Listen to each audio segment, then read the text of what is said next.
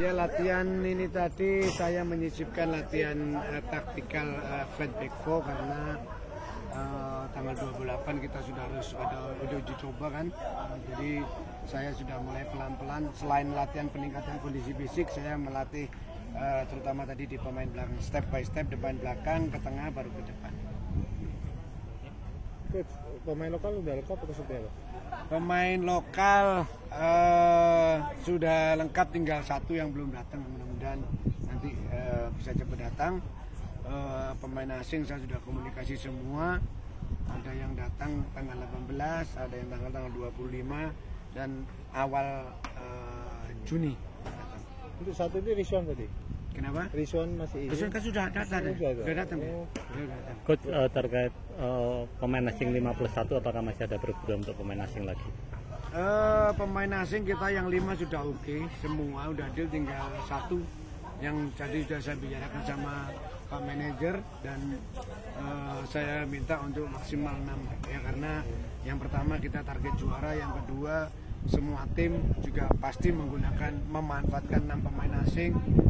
Tidak hanya Persebaya aja yang target juara, ada banyak tim yang mungkin 5, 6, 7 tim yang menargetkan juara, artinya persaingannya juga sangat ketat. Untuk itu saya tadi udah bicara sama manajer untuk memaksimalkan pemain asing, 6 pemain asing. Jadi satu itu Asia Tenggara. Apa sih sulitnya untuk mencari pemain Asia Tenggara sebenarnya?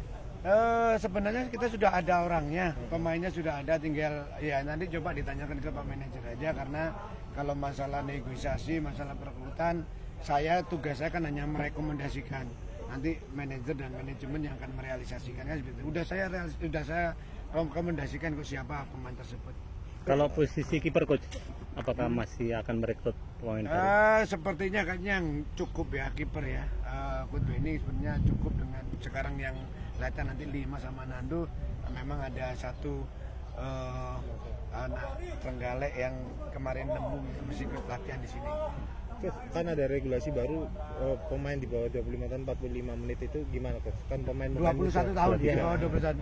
Nggak ada masalah, soalnya sih no problem. Saya senang-senang aja, justru kalau membolehkan 2-3 pemain saya justru senang kalau pemain muda ya, karena aturan satu ya udah kita main 45 menit itu menurut saya nggak ada masalah. Kalaupun ada 2-3 bagi saya nggak ada masalah dengan pemain muda, justru saya senang, tapi aturannya minimal 1 ya udah, mungkin kita lihat perkembangan. Banyak juga pemain-pemain kita yang masih di bawah 20. Jadi nggak kesulitan lah. Nggak ada masalah. Dayat baru kembali nih, maksudnya dalam artian Dayat komitmen untuk 2 tahun ke depan. Menurut Coach, seperti apa sih Dayat untuk Persebaya sebenarnya? Ya. Apakah emang dia sosok yang sebenarnya penting, setia mulai awal? Iya, Dayat ini yang bisa saya sampaikan, dia permainannya itu memang cukup stabil. Nggak pernah Hidayat ini nilai main 9 gitu, tapi juga jarang kali 6, paling nggak 7, 8, 7 seperti itu. Ya kita lihat ya, yang jelas satu persaingan sangat ketat. Jadi tidak ada satu jaminan pun termasuk pemain asing yang akan mendapatkan tempat kalau dia tidak kerja keras. Ini karena saya lihat kualitasnya cukup merata, mulai dari penjaga gawang sampai striker. Jadi baik pemain asing, pemain lokal harus merebutkan satu posisi supaya dia bisa mendapat kesempatan untuk bisa bermain sebagai starter. Saya ngeliat tadi beberapa pemain yang jebolan EPA juga main, seperti Tony yang juga bagus. Apakah nanti masih ada tujuan ke mereka masukkan 35 pemain nih kuotanya dia bisa naik ke senior? Mungkin sementara nanti pooling kekuatan kami antara 28 sampai 30 pemain. Tetapi ada 2 pemain, Tony sama si Rifki saya tahan karena saya melihat 2 pemain ini punya prospek yang cukup bagus. Jadi kemungkinan bisa naik ke senior. Yes, ya kita lihat, tapi saya nggak buru-buru mengontrak dia, tapi saya lihat dulu perkembangan progresnya dia di dalam latihan. Coach, di luar ini untuk SEA Games besok lawan Thailand nih, kan Coach pernah juara. Ya. Gimana sih Thailand ini sebenarnya klub seperti apa sih, tim seperti apa yang stabil apanya Thailand yang selalu kau lihat Thailand selalu kayak gini? Ya Thailand itu memang sekarang pakem cara bermainnya sudah lama terbentuk dia, dari mulai pemain usia muda sampai sekarang pemain senior, cara mainnya itu memang sudah matang, sudah terbentuk, sudah menemukan satu konsep bagaimana cara Thailand bermain.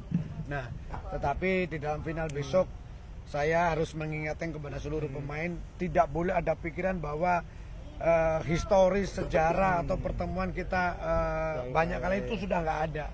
Saya kemarin ketika lawan Vietnam juga saya sampaikan di televisi kan, saya sampaikan bahwa pemain tidak boleh ada pemikiran seperti itu. Kenapa? Karena situasinya berbeda, materi pemain baik materi pemain Indonesia maupun Thailand maupun Vietnam sudah beda, nggak sama dengan SEA Games yang lalu. Jadi pemain harus punya prinsip itu. Sekarang kalau sudah kualitas sama, mental dan kekuatan fisik yang akan menentukan. Ada pesan khusus untuk Nando, Coach? Ya saya pikir selama gelaran SEA Games ini dia tampil cukup konsisten. Ya ini justru hari hanya ini gongnya itu harus bisa maksimal.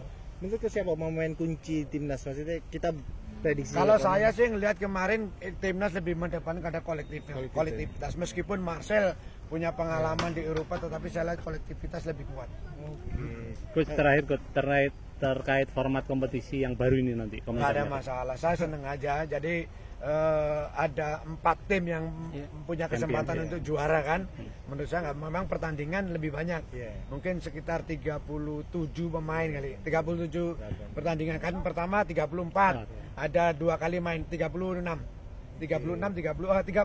Home and away 2 sama final 1, 37 pertandingan. Jadi nggak masalah, Coach. Nggak ada masalah. Flashback ke tahun 97, Coach. Kenapa? Flashback ke tahun 97 ketika juara Persipaya. Kita pernah PR 8 besar. Oh ya. Siap. Formatnya beda. Siap. Ya.